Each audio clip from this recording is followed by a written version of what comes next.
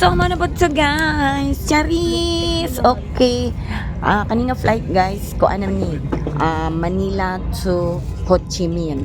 So, ang among travel time ani 2 hours and 5 minutes. Oo. So, wala pa may nakalupad na rin nga time guys. Nag-prepare pa ang mga cruise airplano o gari nag-announce na ang kuan kaning pilot.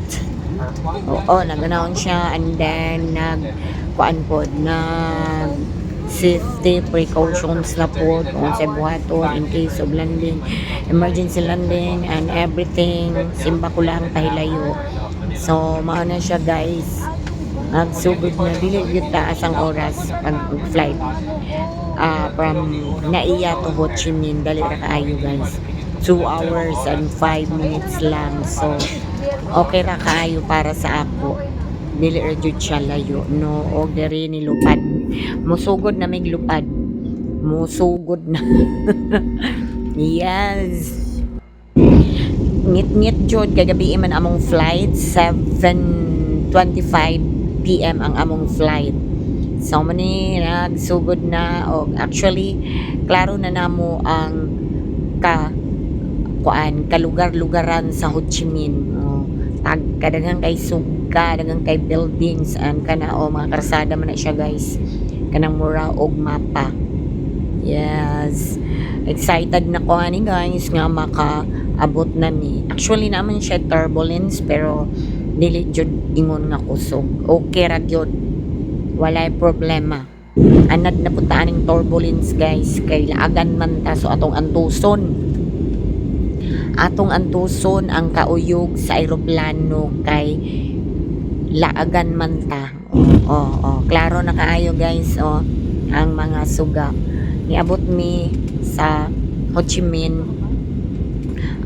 kay advance man ang Pilipinas og 1 hour sa Vietnam.